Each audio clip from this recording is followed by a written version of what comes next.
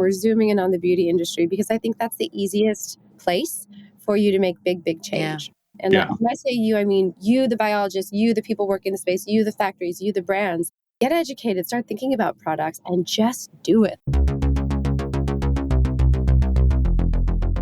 Hey, Erum, what's going on? I'm alive. I'm safe.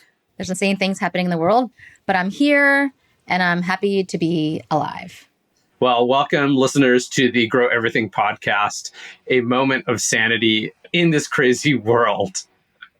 Yeah. A crazy world where the odds of us being alive are slim. So Karl, remember a few episodes ago, I was talking about one of my favorite people, Neil deGrasse Tyson, and he talks about how the odds of us being alive are so slim. And specifically, he says that there have been about 100 billion people who have ever lived. And now look at the genes and ask how many combinations of genes can make an authentic human being. And the number is stupendously larger. And it's hard to quantify this, Karl, but there are people that have taken stabs. And one number is 10 to the 2 million, like 2 million zeros after 10 could be the number of combinations of possible human beings. But there's only been 100 billion people that have been alive. And that includes you, me, and you, our listener. But that number of possible combinations, that's the possible combinations of all the genes. Mm-hmm. So not just the genes, but even the physical aspects, and not just the combinations, but a bunch of things. I mean, now I'm getting to semantics here, but yeah. There's a guy named Ali Binazar, and he takes it all the way back to the first cell estimate. Anyway, you guys can dig deep into this, go down your rabbit holes. But the whole point is the fact that the odds of us being alive, you, me, you, listener, are so slim, us individually. And it's so profound, at least for me, when I think about that, because I'm like, okay, well, I'm here for it. So let's do this, life. Let's do this. And here we are. One of the things we're doing is a podcast. Yeah, so I think what you're saying, if I can summarize, is there's a lot of crazy things going on in the world, but we should pause and be grateful that we are alive and we're here for this moment. And I would agree with that 100%. Yes, 100%. And we're here, and we could be here longer than we might think we can be here on this planet, because we've been going deep into longevity, Karl. It's just all of this opportunity, people that we're talking to. We'll talk to our guest today a little bit about it. But oh my goodness, I've been reading this book called Lifespan by David Sinclair. We had mentioned David Sinclair a couple of times. He spoke at a couple of events that we were at. And you started reading this a little bit too. I mean, what is your take? You've been going down this road. You've been experimenting, trying, learning, educating yourself about how to be healthy and increase your lifespan and health span. Yeah, I mean, I think it's in the ether, and it has been for a long time.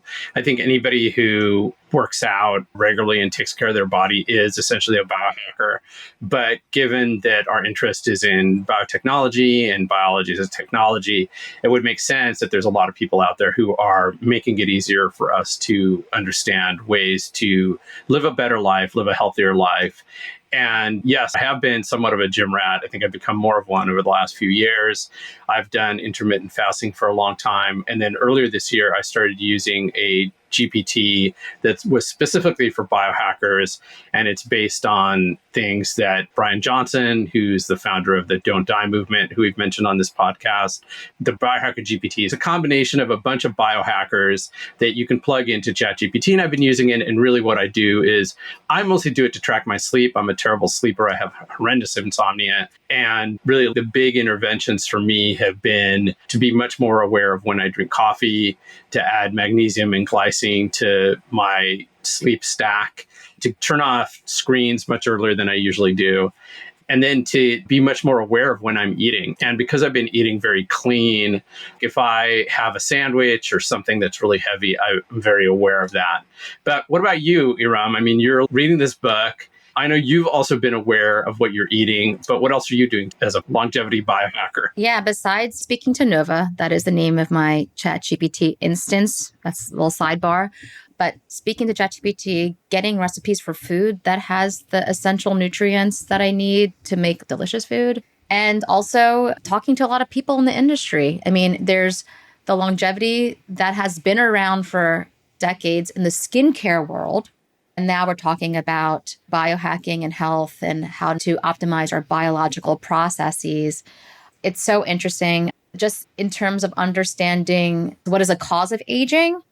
People have taken it as a matter of fact, but it is a disease. This is how a lot of aging researchers are positioning aging because it is a disease. And they say that some of the other diseases like Alzheimer's and cardiovascular disease and diabetes that are associated with age are more like symptoms of something greater that we're calling aging, that is aging itself. So not just saying, hey, it's just a matter of fact, we all age. It's like, no, it's a matter of fact that babies were dying at birth. It's a matter of fact that people had heart attacks. It's a matter of fact that our biology had worked in different ways in relation to our diet and our environment and our society. But now we have learned so much, we can intervene and figure out how to live longer, healthier lives. We want to be around. We just talked about this opportunity that we have before us, being alive. Let's be alive and happy and healthy as long as possible. I'm not saying live forever. I'm saying being healthy until the last minute. You know what I remember, Erum, is from years ago, I read the Ray Kurzweil book that he predicted we would achieve longevity escape velocity in something like 2029, which is in a very few short years. And what he said is that for every year that passes after that, science and technology will be able to extend life by more than a year, basically reversing the aging process. So I think it behooves us all to try to live as healthy as we can for the next few years so that we can make it. And so then we can get into these interventions that are going to help us age in reverse.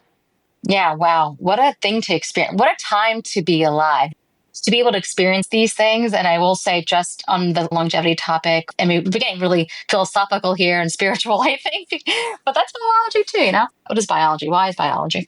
But this idea of living long enough to experience something so profound. And I feel like, yeah, people that are older, maybe now is profound to them. We have internet, we have all these things, but for the majority of our lives being in this paradigm of internet, and it's like, okay, what's after that? And yes, maybe AI, but maybe something else, AI, quantum. What is it? I'm just so curious. That's why I want to live longer, not because I'm afraid of dying, because I want to see what's to come. But I also want to look nice too. So, Yeah. transition, yeah, segue. yeah. So a couple of weeks ago, we attended Suppliers Day. That's the New York Society of Cosmetic Chemists annual exhibit/meeting. And we tend to talk a fair amount about biotech beauty. And this episode is going to turn into an interview with someone who is really working on skin. Yes. So today's episode is with Elle Black. She is the founder of Same Skincare. She is a force, as you will be able to tell when you hear her speak. She came to us through one of her colleagues who's listening to the podcast and was like, you really need to speak to my colleague, Elle, especially since we were going down this beauty and biotech exploration rabbit hole. So we were like, okay, let's see. We were kind of hesitant because there's a lot of people in beauty that co-opt the biotech language, or they're using it in another way, not necessarily the way that we talk about biotech and beauty, where we're talking about using unique biotechnology to produce the ingredient, as well as having a deeper understanding of our biology to receive biotech or other types of products that we know it's more efficacious. And we felt that Elle had a great approach with looking at our hormones, and you'll hear her talk about how they incorporate technology into this as well, which we love the convergence. So with that, let's let Elle take it away. Awesome. Elle Black, welcome to the Grow Everything podcast. We're so excited to have you on. Couldn't be happier to be here. Yay! Oh, you're so kind. Yes. Well, we're excited to have you on. You have a very interesting background. It's not a typical background. The Grow Everything podcast is about biotech, and we have a lot of people that have like deep science background. And we always love bringing on people that have different professional backgrounds and different expertise. So you have a background that spans brand and product development. You're working on an AI-powered supply chain product. But tell us a little bit more. Give us a little bit more insight into your background and how are you coming into the world of biology? Oh, thanks. Yeah, that's a great question. So I'm coming into the world of biology through the lens of product design and product development. Most people, when I say product design, everyone's like, oh, are you a fashion designer? And I'm like, no, I do real products. Fashion is real? Fashion is real. Actually, you're right. Fashion Don't is throw real. shade. No, fashion is real. But I will say products that we're talking about that require chemistry, biology, some sort of a synthesis and a process to actually make a product, those are so interesting to me. And I come from that world.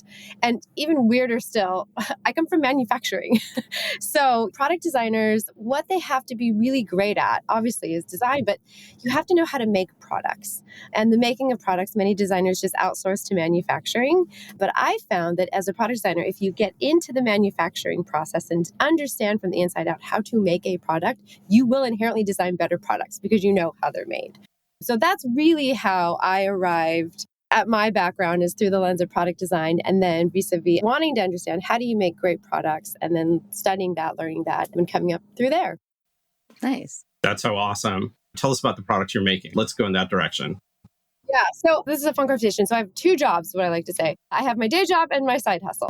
Okay, let's hear it. So my day job is I help other brands make their own products. And I actually really like to do supplements and cosmetics. Wow. In supplements and cosmetics, which are great products that are made here in the US, there's a lot of innovation in the space. These are huge billion-dollar industries. And there's a lot of nonsense in the space. Yes. No kidding. Yes, so much. Because the claims are unverified and they're not really regulated. And you get factories on the supply side pumping out products that are borderline illegal, working with illegal ingredients, working with ingredients that aren't on labels. And look, that's super interesting. I'm not advocating for that. But if you're going to be in the space, you have to be watching everything that's happening. So that's one part of it. And then on the cosmetic side, skincare is actually my specialty. And this is how we got to each other, is through skincare. This is what I'm really, really interested in, because there are so many cosmetic ingredients.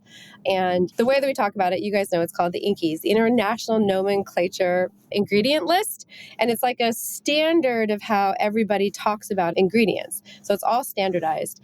And a lot of consumers don't understand what an INCI is, how it relates to the ingredients that they're putting on their skin. They don't know how to read a fact panel or an ingredient list on cosmetic products, specifically skincare. They don't know how to do it. I don't think they even know how to do it on supplement fact panels. So there's a lot of magic that I love talking about and seeing what's really happening in the industry.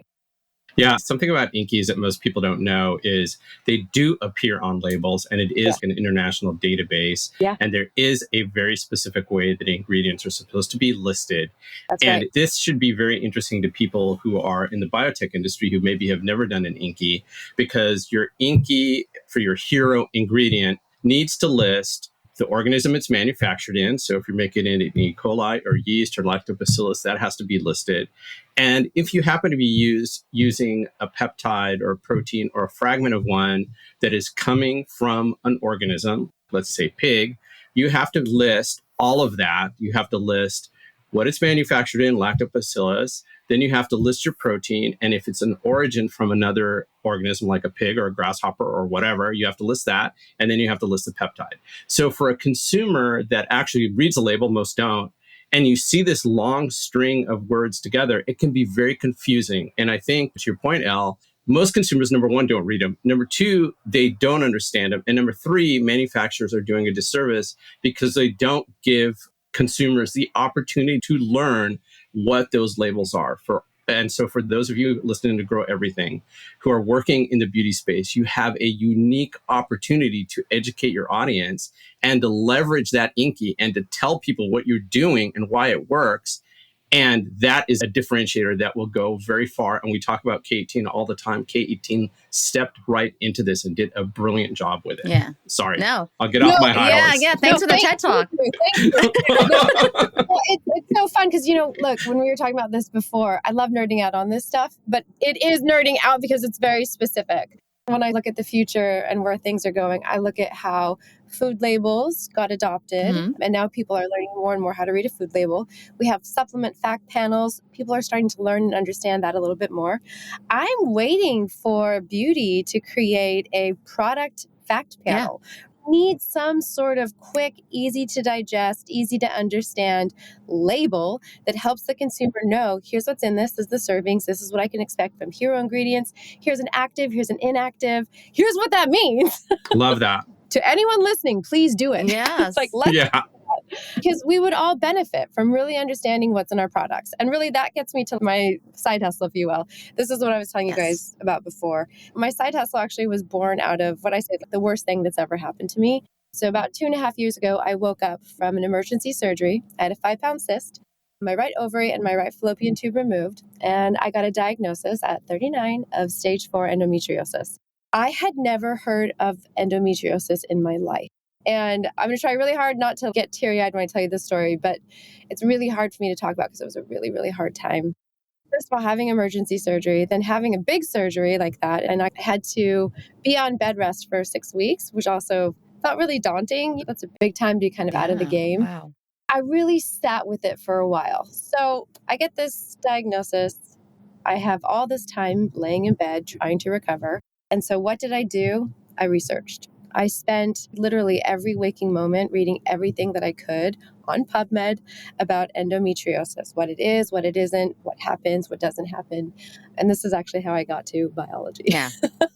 So I was like, I've got to become an expert in myself. I've got to understand my biology. I've got to understand what the heck is happening with me. And I want to understand the chemical world around me. So as I was researching, I learned a couple things. The first is endometriosis is super common. 1 in 10 women, that's 10% of the population, have endometriosis. But within the endometriosis lens, you're very lucky if you get a diagnosis like I had, because there are no therapeutics and there are no diagnostics. If you're lucky, again, I was one of the lucky ones and got a diagnosis, it's only because the surgeon cut me open and saw the tissue. Sit with that for a minute. 1 in 10 women, 10% of the population, no therapeutics and no diagnostics. Now, the story gets even worse when you zoom in and look at just infertility. Endometriosis is the root cause of 58% of infertility. Wow. That's huge. Wow. That's more than half. So when I'm sitting there recovering, I'm like, wow, in order for our species to survive, Yeah, that's right. we need to understand endometriosis. We need to. We have to. And it affects everyone, men, women, everyone.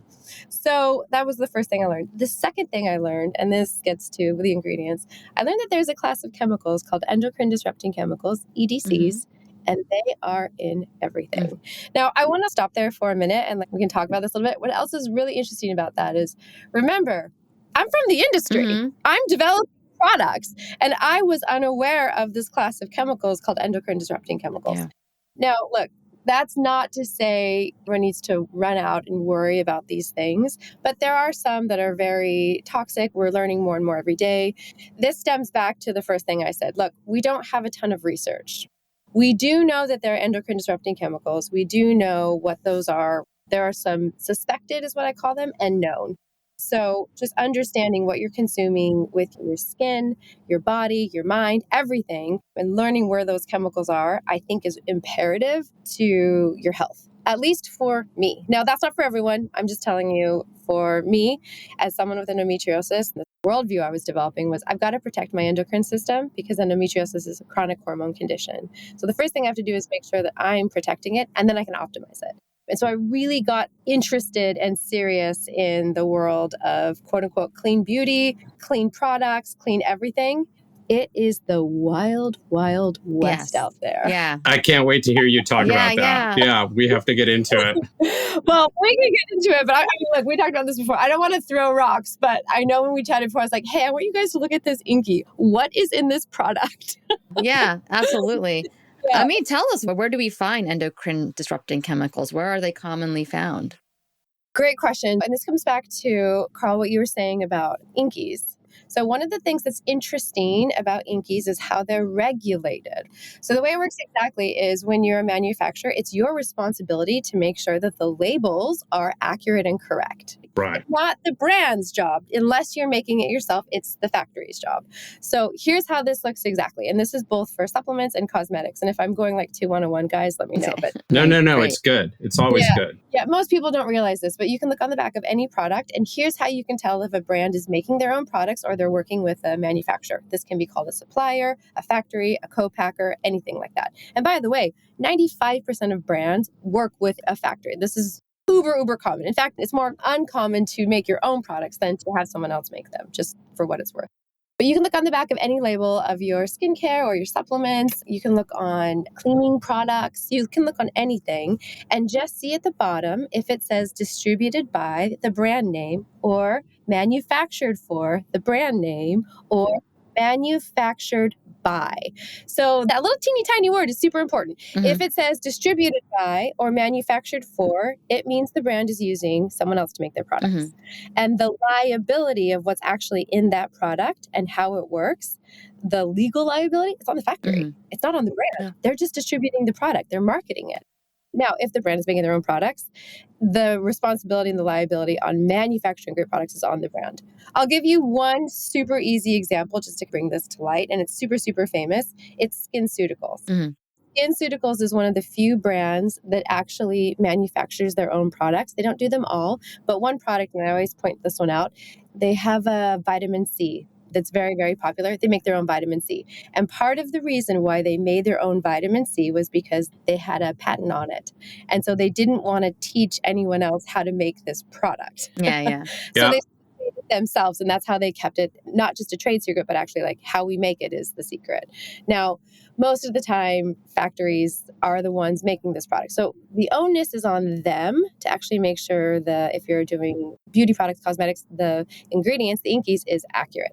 Now, what that means is just a host of problems. Number one, a factory can hide some things in ingredients. And the one that I always point out that I think is the one to watch for if you're going to learn just one thing and watch one thing, it's fragrance.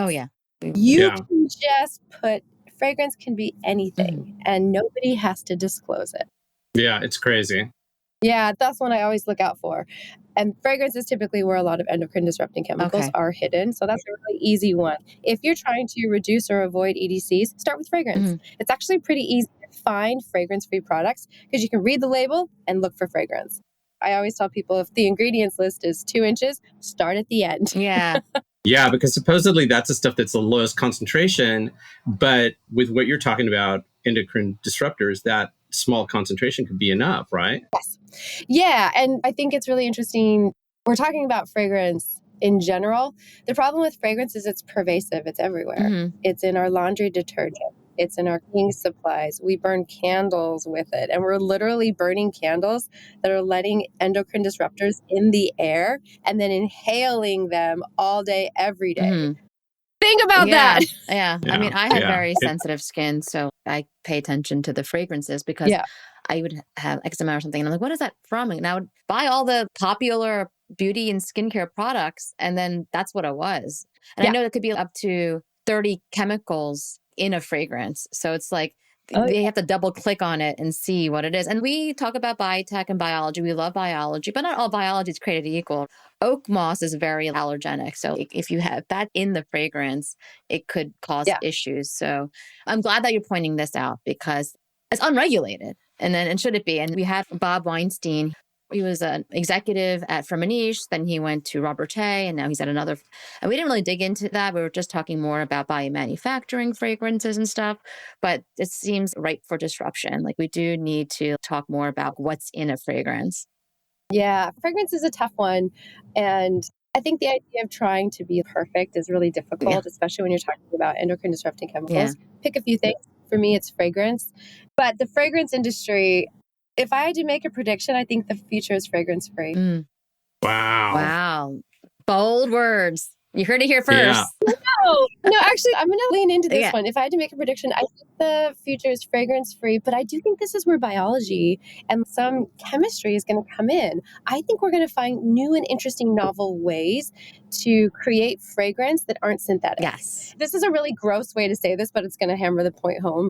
There's all this science coming out, thanks to Huberman, about how important smell is to mating and dating, which I think intuitively we've all understood that, and how if you are on birth control, which is an endocrine disruptor, but it actually changes how you interpret the pheromones of a potential partner that will make a good match. So if you think about that and then layer on top of it the fact that we have fragrance with lots of chemicals in it, I think there's an opportunity to do something that's super unique, where people are going to use biology to make a unique fragrance that actually enhances their pheromones. Yeah. Right. Ooh, Yeah, for hello. sure. But I Yeah. think we're right there. Yeah. So when I say the future is fragrance free, I imagine stuff like that, where we're leveraging our own unique biology with any kind of new scientific discovery that we can find that actually makes us smell like us instead of like, oh, I'm going to smell like 2 million other people because I'm masking this other thing. Right. Let's dare to dream on that, right? Yes, dare to dream. Yeah, let's dream. Yeah. Yes, we do. I wanted you to talk a little bit about the clean beauty space, because there's always a new trend in the beauty industry. We went to the New York Cosmetic Chemist Society Suppliers Day. We saw a lot more biotech there than before. So biotech beauty is a thing. Clean beauty is a thing. Natural beauty is a thing. Minimal ingredient beauty is a thing. But let's talk specifically about clean beauty. What does that look like? And you, who had to do a deep dive on it, what did you see? Hi, a quick shout out to our sponsor, Messaging Lab, the force multiplier for biotech. Your biotech company is making the world a better place. You know that, we know that. But does the world? There's a big reason why some biotech companies attract investors, sign up customers, and get attention. That reason is strategic communications. At Messaging Lab, we translate complex science and economics into compelling narratives. And we have done that for the most successful biotech companies across healthcare, agriculture, personal care and beauty, materials, and the list goes on. We're here to make sure your ideas not only get heard, but resonate with your audience. So if it's time to amplify your company's voice, visit messaginglab.com to explore how we can elevate your story and grow your business. Yeah. Okay. Well, let's do some myth busting. So first of all, clean beauty means nothing. Yes. It has no standard. Most consumers don't know that. So there's no governing body that's giving a stamp of approval for clean beauty. Sephora has different standards than Credo, which is like a clean Sephora. And if you can't see me, I'm making air quotes when I say clean. There is no such thing as a clean standard. So here's what that means for brands. As a brand, you have to make up your own point of view, which is what I call it. Develop a point of view on how you view the world when it comes to quote unquote clean. And then find a factory that shares your point of view. Because again, it doesn't matter what you, the brand, formulate. You have to get it made, and you have to make sure that your factory agrees and can source and manufacture and store and produce your product in the right way that matches your point of view. So when it comes to clean beauty, that's the first thing. I'm trying to figure out how to have this conversation delicately, because I don't want to throw rocks, but man, there's a lot of garbage out there. Yes, there is. There's a lot, there really is. And it's really interesting. It's all going to change again. And again, when we're future casting or looking at the future, the thing that I see, or the canary in the coal mine here, is beauty has now reached down to tweens. 11, 10-year-old girls are going to Sephora and they're using drunk elephant products and retinol and all of these chemicals on their skin. Yeah. This is not good, guys. Yeah, and let me just step in as the guy in the room. I mean, it's already bad enough that women are starting to menstruate in younger age. I can't believe that's coming out of my mouth. But I do know these trends, and it does have to do with endocrine disruptors. Yes. That's right. You're looking at me. You're doing like, fine. No, it's okay. So far, so good. We didn't call HR yet. That's right. And look, we can talk about endocrine disruptors. We're zooming in on the beauty industry because I think that's the easiest place for you to make big change. And when I say you, I mean you, the biologists, you, the people working in the space, you, the factories, you, the brands. Get educated, start thinking about products, and just do it. Like, the stuff coming out of labs these days is so cool. Yeah. And I love it, but it's super interesting. Again, let's talk about another challenging product. And like I said, I do a lot of products for other brands with my day job. That is really, really fun because my specialty is clean beauty. So I like to do products that are what I call better for you and better for the planet, because that's a noble way to spend your time. And I'm working on an all-natural deodorant. We've actually been working on it for a year. And we finally arrived at a probiotic formulation. Wow. Nice. Which is awesome. And in fact, I'll send you guys some just for fun. I'd love your thoughts on it. Yes, please. I never get samples. Yeah, I'll totally send you guys some. They're like white bottles of stuff. Love to know anything. So the probiotic all-natural deodorant, it's really good. But we wanted to do a probiotic. And how it works exactly is the probiotics and the strains that we're using, it eats the smell. Yeah. more or less is how it works. But the other thing that most people don't know about probiotics is that it also is the preservative, which is excellent. That means we've now made an all-natural, shelf-stable product with one less chemical.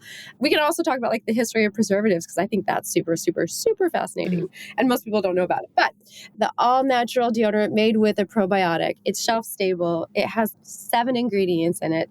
It works. It feels good to put on. It's soft. It's not too hard. And this particular brand is a plastic-free brand, and so it needs to be in a paper packaging. Wow, how do you do that for a deodorant? What the heck? It's my challenge. Wow. So now we have to create a paper-free, no-tox, all-natural deodorant that actually is shelf-stable, that we can ship nationwide because they're sold nationwide, that will last for 12 to 24 months, that works. You know what's amazing about that is we just had Erica Milchek of Purico on, and she said that the number one thing that biotech needs to be applied to is packaging. Yes. Yeah. Yes. She was adamant about it. She's like, that's the biggest opportunity. One of the biggest opportunities because packaging is so cheap to make and it's ubiquitous, and we just throw it away and never think about what happens to it. Yeah. So this idea of a paper package for a deodorant just blows my mind. What's that going to look like? Yeah, well, it's going to look like regular deodorant, but in paper. like a stick. Like you're talking about a stick or a liquid or a spray? It's a stick. Okay. Yeah, it's a stick. Yeah. And I'm imagining that's going to lead to, I'm a huge fan of sunscreen sticks. Yeah. So I want to see the same kind of technology, both on the packaging and for the probiotic skincare, sunscreen. This is where it all gets super interesting because these products are so complex and consumers, the average American doesn't understand it, right? So we spent 6 months developing this awesome probiotic formula. We had told the factory in advance that it needed to be in a paper packaging. We sent them the packaging. It has a paper mechanical push mechanism. We knew exactly what it wanted to look like. We get the product ready for a pre-production sample, and now the manufacturer has to fill it what's called a top fill hot pour. So they make the product hot, and then they fill it into the packaging from the top in a hot pour, and then it cools in the packaging. So that's how it works exactly. This presented another set of challenges because guess what happened? And the hot pour, right? The paper fell apart. Yes! Because it can't stand the temperature. And the paper's probably not coated in plastic the way because a lot it can't be. Yeah. So, I love this. But if it's probiotic, is there an organism involved or is it the organism make something? Because I was thinking an organism in a hot temperature is really interesting. I'm just curious to see if that's it. Great point. Yeah. I don't actually know the answer to that, but this is another point of how wild, wild west it is out there.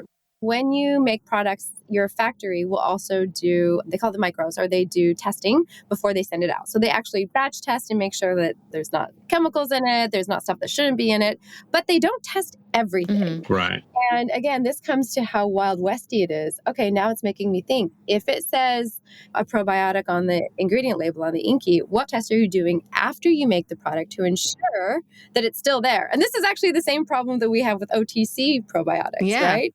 Yeah. This general saying is if they're not in the fridge, they're dead. That's a big issue because several episodes ago, Jasmina of Archaea, and they were making an odor-eating deodorant as well. There was a formulation where they had an odor-eating bacteria that they would formulate with. It would have to be shelf stable, but I'm curious to know now how they actually created a product out of it. But they were B2B. They weren't creating an end product. So they would work with you or your clients and provide it. But it's really interesting. That's the holy grail with the living organisms that are like going onto your skin or something. How do you keep them alive to do the thing, whatever they're trained to do? This is my idea for fragrance, right? Like, let's do that. Yeah, exactly. Yeah. And I remember in our pre-call, you showed us that product that had 3 ingredients, including lactobacillus. We've gone around and everybody we know that's doing something in beauty, we're like, have you seen this product that only has 3 ingredients or 4 or whatever the number was? How does it work? How do we not have to refrigerate? Yeah. That's what I was saying. That's why when we were doing our pre-call, I was like, well, I got you guys. Well, actually, I'd love to know. We discovered that the person who's behind it was someone who has been in the biotech industry, and they originally created a product called Mother Dirt, and that had a living probiotic in it. It had to be refrigerated. I remember using it back in the day and it had to be in the refrigerator, and I kept forgetting to use it. Okay, what was Mother Dirt? Skincare product. Okay. Yeah, it was like a spray. It was more like a spray on to, cool.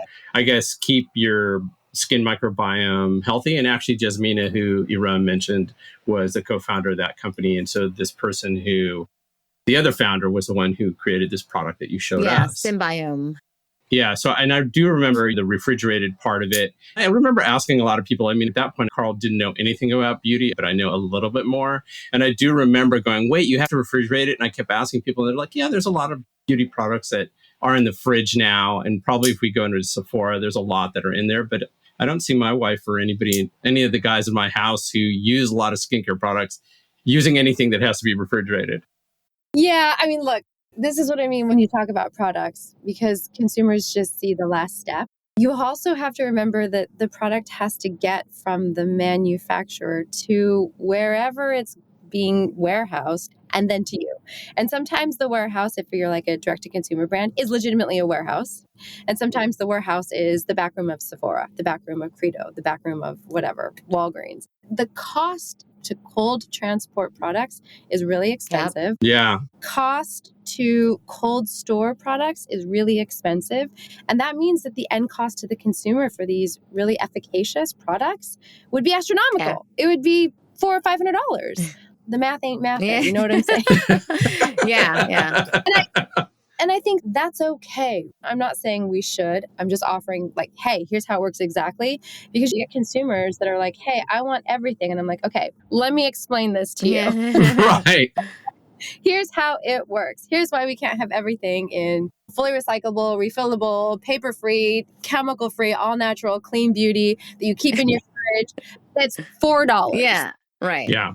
Listening to you talk about the problems with manufacturing and supply chain, circling back to what I said earlier about INCI, all of these processes and the challenges that a company has to overcome, be transparent about it. I think consumers want to see this. I mean, it gives a brand a really unique opportunity to be so transparent and to show people this is why it costs $10 and not $4. This is why, it's packaged this way. This is why you can throw this away and know that it's okay. Yeah. I think that there's so much good storytelling there that can be leveraged as more of these products become either clean or biotech based or whatever high performance is being included in it. There's a huge opportunity there. I think you're really, really right. And that's the future that I'm interested and excited about. Like I said, I'm nerding out on this because this is my world and I find it hard, but I think you're right. I think there's storytelling to be done here. I think it's hard to find people that really understand and can deep dive on this. That's why this is so interesting to me. I'm like, let's talk about INCIs. Yes. Yeah. And let's talk about actually what the challenge is, both in the manufacturing and the supply chain. And then let's talk about who's regulating, who isn't. Let's talk about new ingredients. Let's talk about sourcing new ingredients. Let's talk about how the actual downstream supply chain is so difficult for even a brand to have awareness of, right? Like very few brands actually ask to audit the bill of materials from their factory so they can see where the factory got the ingredients, right? Because it's hard. And the factories are going to be like, well, don't tell them, Yeah. Right. Yeah. And people want to know. I feel like we live in a time where we have access to information. We have AI that is going to scour the web for information for us. I mean, we need that fresh information. Yeah. So the consumer is becoming more educated. They have the tools to learn and learn quickly. Yeah. But you have such an amazing perspective. You've seen with your own personal story how products are affecting the human body, how it can affect our hormones. And that led you to create a product yourself. A side hustle for now, could be the main hustle soon. And it's called Same Skincare. Can you tell us a little bit about that? Yeah, so Same was actually born out of me just wanting to find clean skincare that worked. And when I say clean, my quote unquote definition was no endocrine disrupting chemicals. That's the whole mission. I really wanted to use Same as a platform to educate people about endocrine disrupting chemicals because I think people need choices. It's super overwhelming. So let's just have some choices. This got really, really interesting, and this is where I'm going. So I'm excited to tell you guys about this. But as I was discovering all of this, the first thing that I did was I reached out to EndoFound. They're the nationwide endometriosis nonprofit, and they fund research. That's all they do. Amazing. I said, hey guys, let me partner with you. My goal with Same is actually to educate and then also fund research because we need more research around endometriosis. So we donate 10% of all of our proceeds directly to EndoFound to fund research. And of course, I'm hoping to increase that, of course, as I go, but we got to get there. So that was my number one thing. My second thing was then I went back to science. And I'm not a scientist. but I like to play one. We're all scientists. That's what we like to say. Everyone's a scientist. Yeah, we do say that. Everyone is a scientist. All right, but I'm going to wear that hat. I'm a baby scientist. Okay. I'm an amateur, right? Yeah. And so I went back to the research and I actually started to find that the hormone-skin connection is huge. Mm-hmm. I'm saying it and you guys are like, yeah, duh. We all went through puberty. We remember. Most people forget. Well, actually, we did forget. Yeah. We did forget. Yeah. We did forget, especially as females. You have 2 more major cycles that are very similar to puberty, where your hormones are driving everything in your skin. And I started to realize that you could actually understand what your hormones were doing through this skin hormone connection. I'm going to say this really simply. You understand that your skin is a byproduct of your hormones. But what if we ask ourselves the question the other way? What is our skin telling us about our hormones? Mm-hmm. And how might we actually use our skin as a biomarker to understand, track, and figure out the rhythms that are, as a female, totally running your life? So I ended up finding a partner and we created an app that we're getting ready to beta right now that can predict a breakout with 80% confidence by up to 3 days in advance. I'm super excited about this because you were asking me about my point of view on clean beauty, because I want to change everything in the beauty industry. The first thing is, when you look at glowing skin, and you guys will get this, it's multifactorial. So the inverse of glowing skin is acne, dry skin, whatever your problem is. So in order to get glowing skin, because it's multifactorial, we have to isolate all of the variables, put them in one place, and help you understand how to unlock that glowing skin. This is a major shift from how the $350 billion a year beauty industry is looking at skincare. Here's how that industry looks at skincare. You have a problem, here's a product, the product will solve the problem. What I'm trying to do is actually flip it the other way and say, actually, skin is multifactorial. Sometimes you might be getting breakouts because of where you are in your cycle and hormonal. Sometimes you're getting breakouts because you're stressed. Sometimes you're getting breakouts because you don't have enough water. Sometimes you're getting breakouts because all 3 of those. And all of these factors together are leading to this moment when you wake up one day and your skin is absolutely inflamed. What if we start tracking all that and help you understand it and give you predictive protocols that reach across products to help you understand how to unlock your best skin every single day?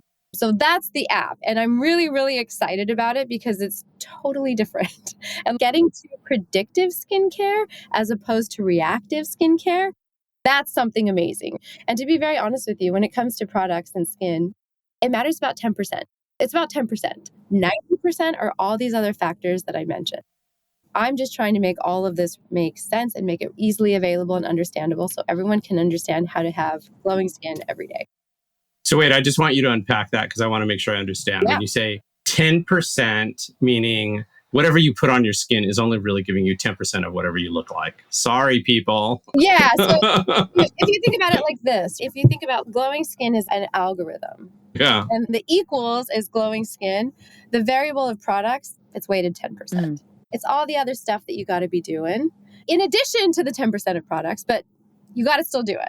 If you want glowing skin and you want to look good and truly feel good, you have to understand where you're on your cycle, what your hormones are doing, make sure you can manage those. You've got to make sure you're drinking enough. You've got to understand how stress and your basal body temperature, which is actually what we're looking at, affect your skin from the inside out, because there's actually a ton of research that proves this.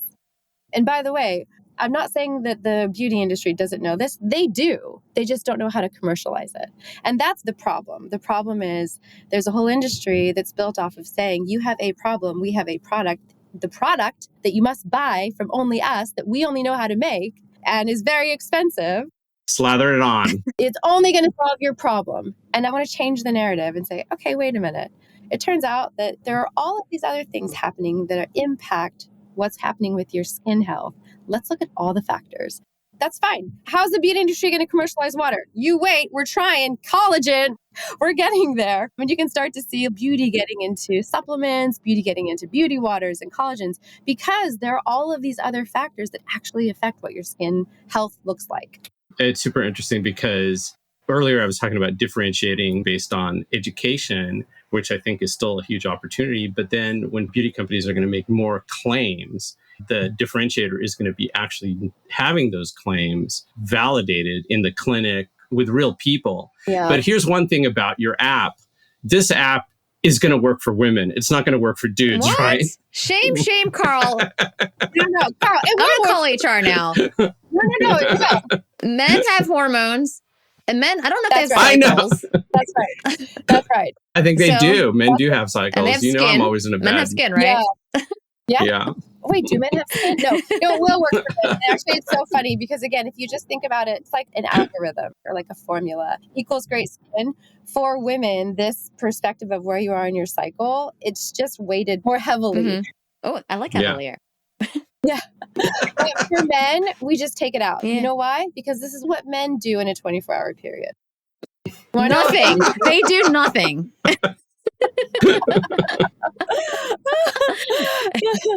But yeah, no, I mean, look, it's all the same factors that lead to great, glowing, happy skin are also true for men. And by the way, I want to talk about endocrine disruptors in men too, because this is a fascinating area. But the first thing is stress affects your skin probably 30%, to be honest with you.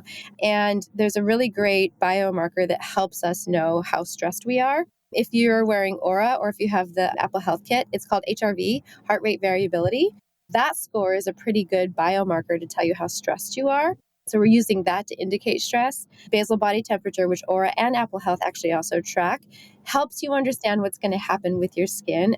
Let me get into the science of this because I think you guys will like it. So what happens for women, sorry, Karl, but what happens for women is as you ovulate and right before you get your period, your basal body temperature increases. When your basal body temperature increases, it actually signals to your sebum production to produce more oil. So that is why you get hormonal breakouts right before you ovulate and before you're on your period. And depending on how much your basal body temperature it rises and falls can determine a potential outbreak of your skin. Now, the other interesting thing that also I just dug up in PubMed that I'll send you guys that's fascinating. And depending on which side of your face you break out, it's the inverse side of your ovary that ovulated. Holy cow. I know, it's so fascinating. When I say there is so much science that backs up this skin hormone connection, it's all there. We're just putting the pieces together. So anyway, as a male, if your HRV is because HRV is a relative metric, not absolute. So if it's low for you, it can indicate stress. When you pair that with any fluctuations in basal body temperature, which men also have, that is how you get stress outbreaks. That's how it works.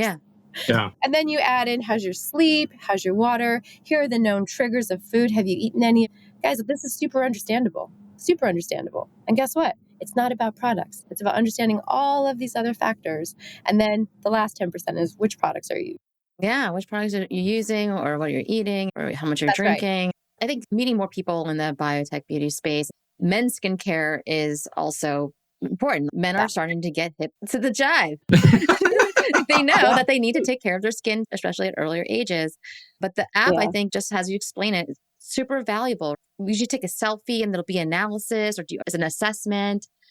Yeah, so there's an assessment. Right now, it's built on top of Aura. Oh, we're using nice. Aura data, Aura ring. which is I know, I'm an Aura girly myself. And Aura created these chronotypes when they have a large enough data set. We want to do the same thing for skin and breakouts. So we're actually building that infrastructure. We just added to the founding team, which I'm so excited about, the chief science officer, formerly of Calm. So I'm really excited about this app. That's amazing. Yeah, thank you. I'm really excited about what we can do to really make the connection between skin and hormone more obvious. The way that I like to think about it is we're just starting with skin. We're going to move into all these other things that are connected to your hormones that we don't understand. Sleep, cognition, memory, immunity. We just don't understand these microbiome. things. Yeah, big microbiome. I'm all about that. That's so true. I'm like, yeah. So anyway, that's where we're going with the app. I'm super excited about it. I'm really excited to find and make great products that are more predictive. Mm-hmm, mm-hmm. It'll take us time to get there, but I think that's going to be amazing. And now we're actually unlocking something really cool. Yeah, that is super cool. But I do want to talk about men. So one of the things that happened for Same, so I started selling skincare. This is very interesting. We actually sell majority to men, which is super fascinating. And the use case within this, just to get really specific, because obviously I like to talk to customers, users. The use case is men, especially younger men that are typically in a partnership and trying to get pregnant, but having trouble. They will look for endocrine disrupting free, EDC-free products to protect their testosterone. Right. This is a huge market. Men are looking for these products. Yeah, I mean, you could correct me if I'm wrong, but this whole decrease in sperm count is due to endocrine disruptors. Yes, you are not wrong. That is absolutely true. So, Grow Everything male listeners, just know if you're trying to get pregnant, there's a lot of things you can do to increase that sperm count and do the work. Stop using Axe body spray. Yes, and yes, thank you. In easy places too. Start with fragrance. Just get rid of all of the fragrance products. Start there. That's really, really easy. But it's not even if you want to get pregnant. If you want to protect your endocrine system so it functions great, because your endocrine system is everything. It is everything. It's your mood. It's your ability to remember shit. It's your sleep, totally your libido. You should do everything in your power to protect that one thing inside. Yeah, I love this conversation also because, I mean, a lot of it's about women's health because when you think of hormones, people automatically think of PMS and your period, blah, blah, blah. But it is so intertwined, like you're saying, with our ability to think and memorize and do everything else. It's so tied to every part of our bodies and systems. There was this conversation about menopause and how no one's really doing a lot of research and figuring that out, and the links to Alzheimer's and other age-related diseases. We figured out how to ensure that babies don't die, that there's how to help with heart attacks, how to do these things. It's not nature. I mean, yes, nature's not the best thing all the time. The word natural, I know sometimes people throw that around in the beauty and personal care industry. Also means nothing. It means nothing. Yeah. It's like clean beauty. It means nothing. Nature, okay, I like to go for hikes. I love seeing beautiful vistas and landscapes, but it's not great for everything. Okay, we have menopause, but how do we solve for menopause so that we live longer, healthier lives? And this is also part of this hormone discussion. Yeah. So this is what I was saying. What's really interesting about hormones, what I'm particularly interested in is, and again, I'm talking about it through the lens of skin in part because I think that's the way I can get people to care.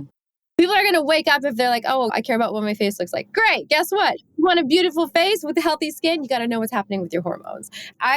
That's my thesis here is I will get people to care through their vanity. Yes. So, I mean, it works. Whatever works is what we say. Kind of. How do we get people to care? Well, here's how. But there are all of these cycles. And men actually, Karl, I want to talk about you. Men typically have a huge decline in testosterone after age 35. This is a known. And we could call it menopause or whatever. I've heard it called that before. But it is also something that needs to be solved for. Now, luckily for you, it's an easier solve, whereas you just inject some testosterone and that's how it works. Now, the other interesting thing that I like to tell people, it's my favorite fun fact, is most women don't know that your hormones need to be in balance. And the hormones I'm talking about specifically are progesterone, estrogen, and testosterone. What ends up happening for people with a chronic hormone condition is these are out of balance. So someone naturally, we would assume, okay, well then I need to just take more of something. Well, it doesn't quite work that way. I'll give you a really good example. Testosterone. For women, if you have too much testosterone, it actually converts into estrogen. And now you have an estrogen dominance vis-a-vis too much testosterone, which is what polycystic ovarian syndrome. It's actually a testosterone dominance. And people don't know that. And the inverse is also true. If you're a man and you have too much testosterone, guess what happens? It converts into estrogen. And that's why when men are on steroids, they grow boobs and their balls shrink. Oh, wow. Yeah. Wow. That's so interesting. So fun. Yes. And that's why the answers aren't so simple, right? It's not, great, inject it. Well, okay, how much is enough? It's not as simple. Yeah, exactly. It's not, that can solve, but it's not going to solve everything. Yeah. This has been such a good conversation. I feel like I've been on the edge of having HR give me a warning. Well, let's get to that warning, Karl. Come on. We'll have a conversation later, Karl. Oh my God. I'm ready. But Elle, if constraints were to fall away, capital, tech, time, what would be the dream system look like for you that you would make and maybe move products through in a way that honors both the body and the planet, your body and your planet or a person's body? Karl, that's a beautiful question. Well, I look at the farm to table movement. I would love to have something like that in supplements, medicine in general, and beauty. Let's get to that movement where consumers want to understand with their producers and the people actually making the things, just bringing it all closer together. It's not as easy as farm to table is, obviously, but that would be amazing if people could really care about and understand how things are made, because it matters. how things are made matters. And consumers, especially Americans, we don't really care about it that much. We forgot about it. But if all constraints run away, getting people to care a little bit more would also spark more curiosity. And then you would see more kids with lab kits trying to make probiotic deodorants. Yes. And we could move to kind of farm to table product world that would be amazing. I think that's a beautiful vision. I love that so much. And I think now is the time for that because community is more important than ever. And if it's community about beauty or community about consumption, it makes it much more thoughtful and healthy and safer and better for the planet. I love that, Elle. That's so great. Yeah. And if we're doing this, I would love to have a lab. I'm looking at your backgrounds and I'm like a little bit jealous. Because I consider myself a kitchen sink scientist because I'm making kitchen sink products. But to have science more involved in all of this and being able to actually see what we could make is amazing. Well, you're in San Francisco. We know the great community lab being built in San Francisco right now. Which one? Well, there's BioCurious is on the other side of the bay. Is it in Oakland? I don't know about where BioCurious is exactly. I should know. But is it Berlin House? Yeah. The brand is Biopunk Lab. And it's in the Berlin House. Cool. And there's such a great group of people and community. And they would love to just play in the lab with you and figure things out and share ideas and share perspective. This is such a great conversation. I just feel like we just need to have a virtual group hug. That's one thing. I know. Yeah, totally. Yeah. It's so great. Oh my gosh. You're so amazing, Elle. Everyone needs to follow Elle on Instagram. That's the first thing everyone needs to do. All of this will be in the show notes.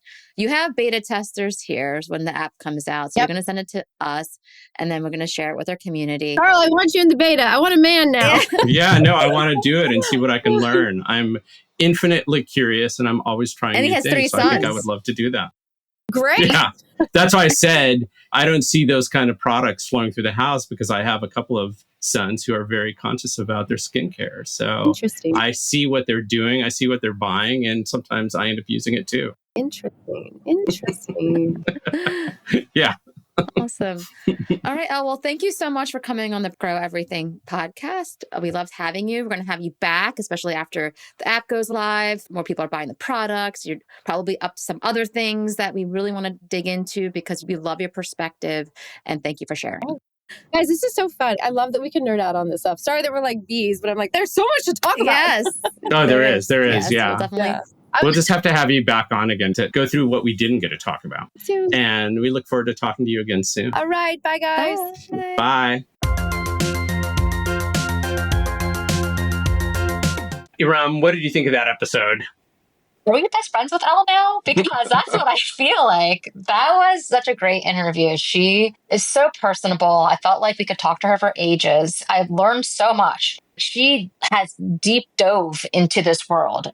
That's what I love when I talk to people like Elle who really came at this solution of looking at the same skincare product line, looking at endocrine disruptors from her own personal story. And there's nothing like your own trials and tribulations to drive you to a solution that is comprehensive, that is grounded in science because you want the solution to work. You're not trying to create some snake oil product. You want something that works because it's for you and for lots of people that you've been interacting with. So I also appreciated the fact that she was working with this nonprofit that's looking at the different disorders surrounding endocrine disruption. And she's talking to all these people and she's creating this ecosystem. But what about you? I feel like this was a surprise. We didn't know what to expect with Elle because we didn't know her. She's one of the people that we didn't know. But now I feel like I've known her for ages. Yeah, I mean, just so listeners know, we did a pre-interview with Elle, which we often do with people who we haven't met before. And we got along so well. So we were really excited to do the interview. And I think it turned out fantastic. I do feel like we're friends now. I think we went a little bit deep on INCI and labeling. But hopefully those of you who don't know anything about beauty will have a better understanding of what that is and why it's important. I'm excited for the work that she's doing. She mentioned this app. I was a little bit like, wait, is that going to work for me? But you got very excited about it. What do you think about that?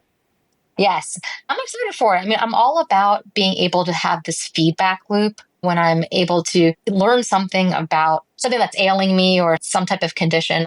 I want to know about why am I experiencing something negative and then what I can do and then be able to see the progress. There's so many supplements, there's so many skincare products out there that I'm using, you're using, but you might not know if it's actually working. Is it the product or is it because I'm eating healthy?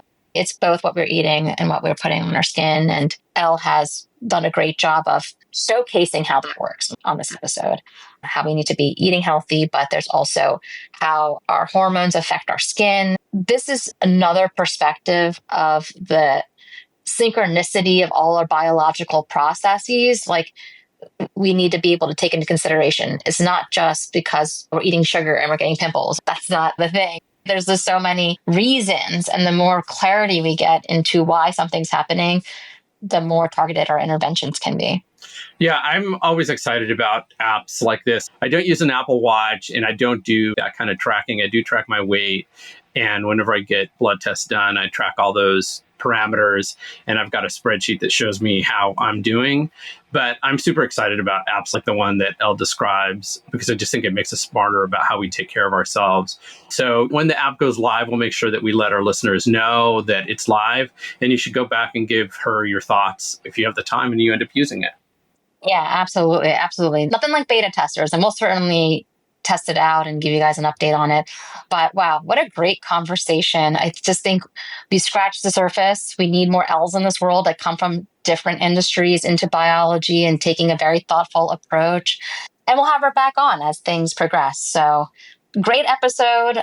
We have some exciting episodes coming up. We are going to go more into longevity and biohacking. We'll have Shelley Nusad of Compound coming on. She's doing this big event. For us, it's tomorrow.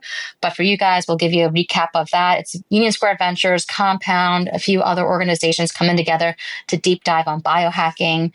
And we're here for it. We're here for it as long as possible. Right, Karl? Yeah. All right, that's the episode. You have been listening to the Grow Everything podcast. Make sure you like and subscribe us on YouTube. Thank you for listening.